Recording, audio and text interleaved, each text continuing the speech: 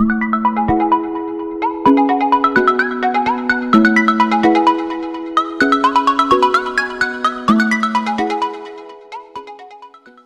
hello guys, welcome back to another episode of Moto Stuff.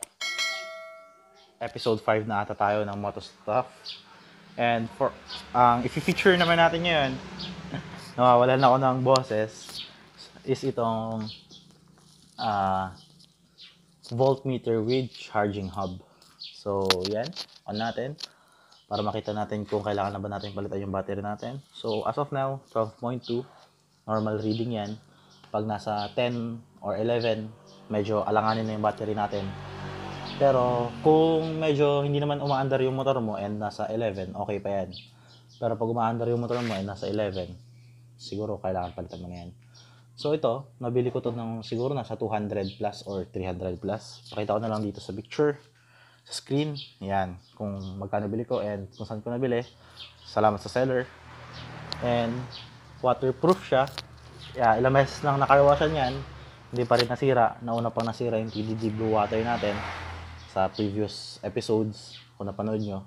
And ito, water resistant siya or something kasi meron siyang rubber case or rubber na takip, protector para hindi agad mapasok ng tubig. And kagandahan is dual hub siya.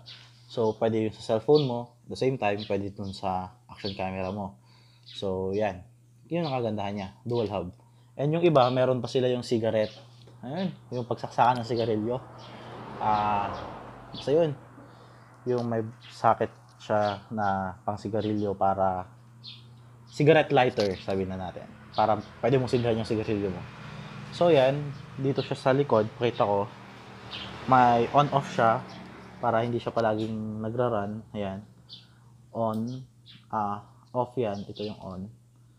Pero feeling ko, nag-auto off naman siya pag matagal nang hindi mo napatay. Which is kagandahan na feature, di ba? Pag nakalimutan mo siyang patayin, mag-auto off siya. Pansin ko yan, minsan hindi ko na-off yan pero nag-off naman.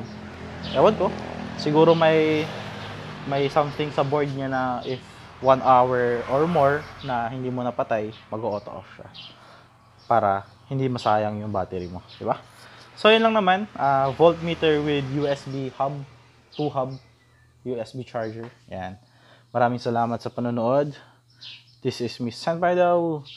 Please make sure to subscribe. Road to 1,000 subs na tayo, guys. Road to monetization na tayo. So maraming salamat sa mga sumusuportang tunay. Till next time. Senpai daw. Peace out.